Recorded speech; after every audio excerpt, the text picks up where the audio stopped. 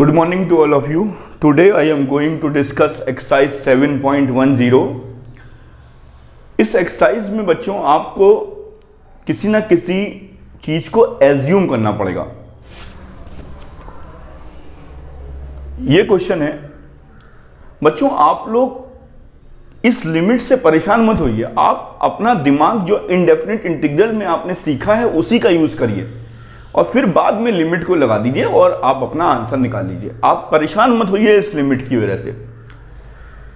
अब आपको पता है जब इस टाइप का क्वेश्चन आता है तो मैंने एक बताया था कि अगर कुछ मान करके कुछ ऊपर वाली चीज मिल रही है तो देखिए एक्स स्क्वायर प्लस 1 को आपने टी मान लिया तो ये क्या होगा 2x dx equal to D t, यानी x dx equal to D t by 2। ये आपका आ गया 1/2 dt। अब देखिए कुछ बच्चे क्या करते हैं, कुछ बच्चे लिमिट को यहां चेंज नहीं करते हैं। कुछ बच्चे कहते हैं सर मैं अपना आंसर x में ही दूंगा। ठीक है, तुम अपना आंसर x में दो, लेकिन फिर जब जो आंसर निकलेगा फिर उसको x में कन्वर्ट करना पड़ेगा और फिर उसके बाद लिमिट लगानी पड़ेगी। मैं आपको दोनों तरीके समझा दे रहा हूं। ठीक है, ये आ गया। इसके बाद ये आपका 1/t आ गया, ये आपका हो गया log t। अब t की वैल्यू वापस रखो क्योंकि आपने लिमिट तो चेंज की नहीं है, तो t की वैल्यू वापस रखो।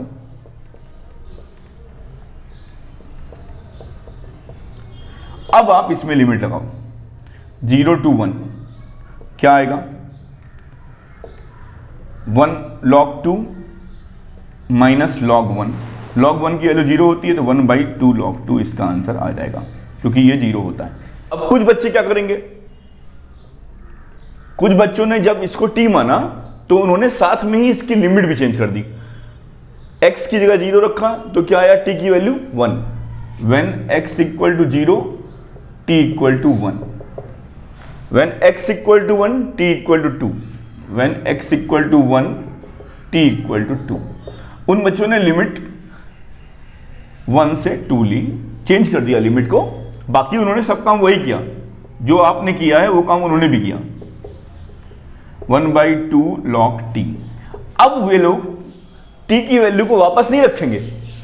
अब वे लोग t की वैल्यू को वापस नहीं रखेंगे क्योंकि उन लोगों ने अपनी लिमिट को t में चेंज कर लिया है, इसीलिए वो t की वैल्यू को यहां पे वापस नहीं रखेंगे।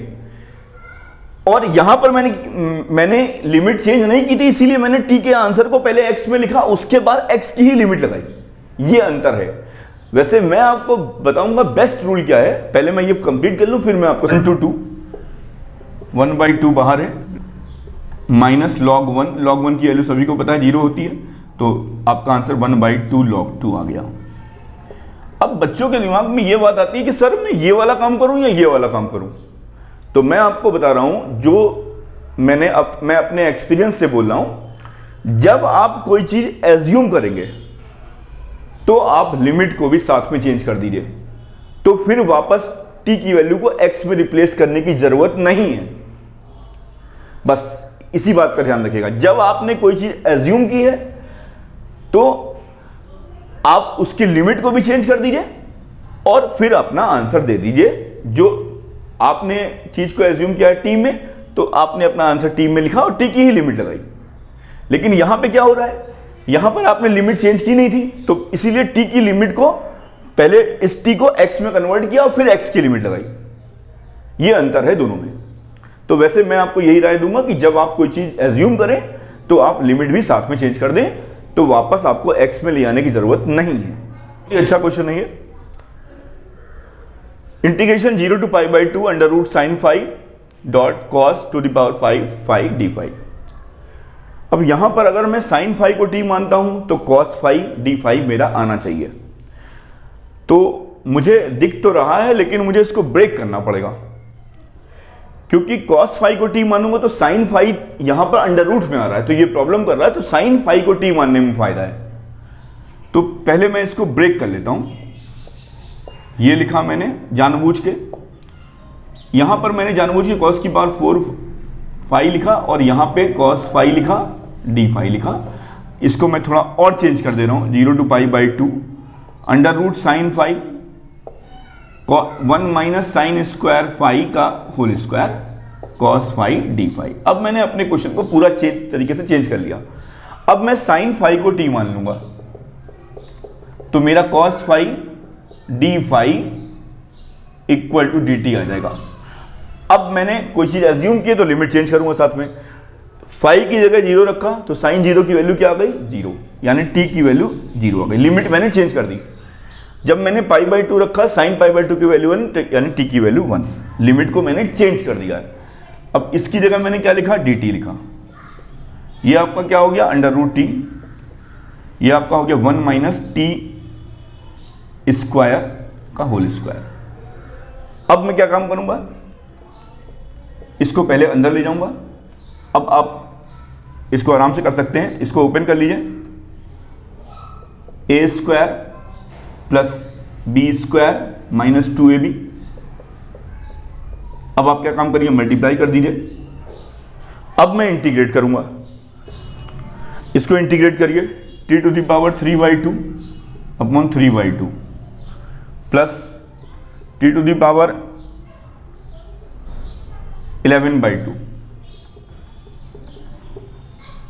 माइनस 2 इंटू 7/2 और ये 7/2, 2 ऊपर चला जाएगा तो ये 4 हो जाएगा आपका। अब आप इसमें लिमिट लगा दीजिए। जैसे ही आप लिमिट लगाएंगे, टी की जगह 1 रखेंगे तो आपका आंसर आ जाएगा 2/3, ये तो 1 हो जाएगा, प्लस 2/11 माइनस 4/7। जब आप इसमें 0 रखेंगे तो क्या आ जाएगा, टी की जगह 0, टी की जगह 0, टी की जगह 0 तो 0 आ जाएगा। तो ये 64/231। ध्यान दीजिएगा मेरी बात पे, आपने अगर किसी चीज को एज्यूम किया है तो लिमिट को चेंज कर दीजिएगा। यही मैं आपको सलाह दूंगा, क्योंकि कुछ बच्चे क्या करते हैं, कहते हैं मैं लिमिट नहीं चेंज करूंगा, फिर बाद में टी की वैल्यू को एक्स में लिखना भूल जाते हैं और उसी में ही लगा देते हैं लिमिट, तो गलत हो जाएगा। मेरी बात को ध्यान से सुनिए फुल एंड फाइनल, कि जब आप किसी चीज को एज्यूम करेंगे तो आप हाथों हाथ लिमिट चेंज कर दीजिए और फिर वापस एक्स में लिखने की जरूरत नहीं है। क्वेश्चन को तुरंत आपको देखने में ही इसका आंसर समझ में आ गया होगा कि अगर मैं cos x को t मान लूं तो cos x का डिफरेंशिएशन आप सभी को पता है, sin x dx equal to dt होता है, यानी कि ये आपका माइनस का dt आ जाएगा। लिमिट को चेंज करना पड़ेगा, cos 0 की वैल्यू 1, cos π/2 की वैल्यू 0। कोई बात नहीं, अभी मैं आगे बताऊंगा प्रॉपर्टीज, अभी आप इसको ऐसे ही रखिए। ये आपका हो गया dt upon 1 plus T square. 1 plus T square का मतलब होता है इंटीग्रेशन में tan इनवर्स t, इसमें आप लिमिट लगा दीजिए। tan इनवर्स 0 की वैल्यू 0 आएगी, माइनस tan इनवर्स 1 की वैल्यू π/4 आएगी। पहले मैं आराम से tan इनवर्स 0 की value 0 minus π/4, minus into minus plus π/4 इसका आंसर होगा। नोट, आप इस लिमिट पे ध्यान मत दीजिए, मैं बार बार बोल रहा हूं, आप आराम से काम करिए। आपने सब कुछ पढ़ रखा है, आप समझिए क्वेश्चन हमारा ये लिखा हुआ है, इसमें माइनस साइन कॉमन ले लिए, x square minus x minus 4, ये क्वेश्चन है। आप केवल इतने पे ध्यान दीजिए, बाकी मैं अपने आप बता दूंगा आपको। आप केवल इतने पे ध्यान दीजिए, 1 अपॉन, इसको आपने ऐसे ही लिखा माइनस।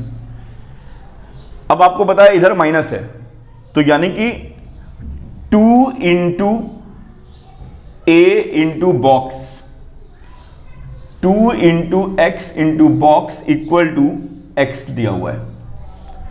एक्स से एक्स कैंसिल हो गया, बॉक्स की वैल्यू कितनी आ गई, 1/2 आ गई, यानी कि यही वैल्यू आपकी बी की है, A square minus 2ab plus B square. तो ए स्क्वायर, ए की वैल्यू तो पता है एक्स है, 2ab की वैल्यू कितनी आ गई, 1/2 हो गई। इसके स्क्वायर को जोड़ दीजिए और घटा दीजिए और बाकी जो लिखा हुआ है लिख दीजिए। अब आपको कितना आ गया, 1 अपॉन एक्स माइनस 1/2 स्क्वायर। अब ये कितना हो गया, -4 माइनस 1/4, तो ये कितना हो गया आपका √17/2 का स्क्वायर। अब आप इंटीग्रेट कर दीजिए इसको। अब integration D X upon X square minus A square का फॉर्मूला क्या होता है, 1/2a,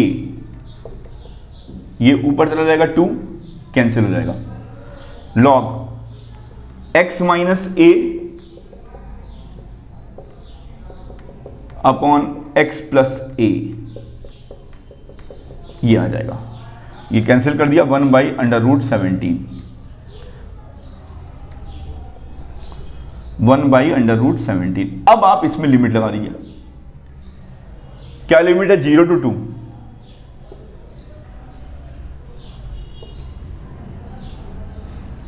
टू रखिए तो क्या आएगा, 2 माइनस 1/2 प्लस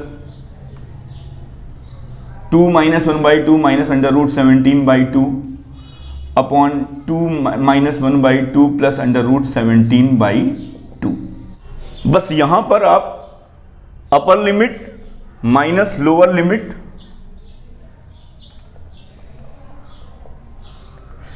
बस यहां पर आप upper limit minus lower limit log E 0 रख दीजिए x की जगह, तो ये आपका आ जाएगा -1/2 माइनस √17/2 अपॉन, यहाँ पर आपका आ जाएगा -1/2 प्लस √17/2, और आप थोड़ा सा इसको सिंप्लीफाई कर लीजिएगा तो आपका ये आंसर आ जाएगा कंप्लीट। Thank you.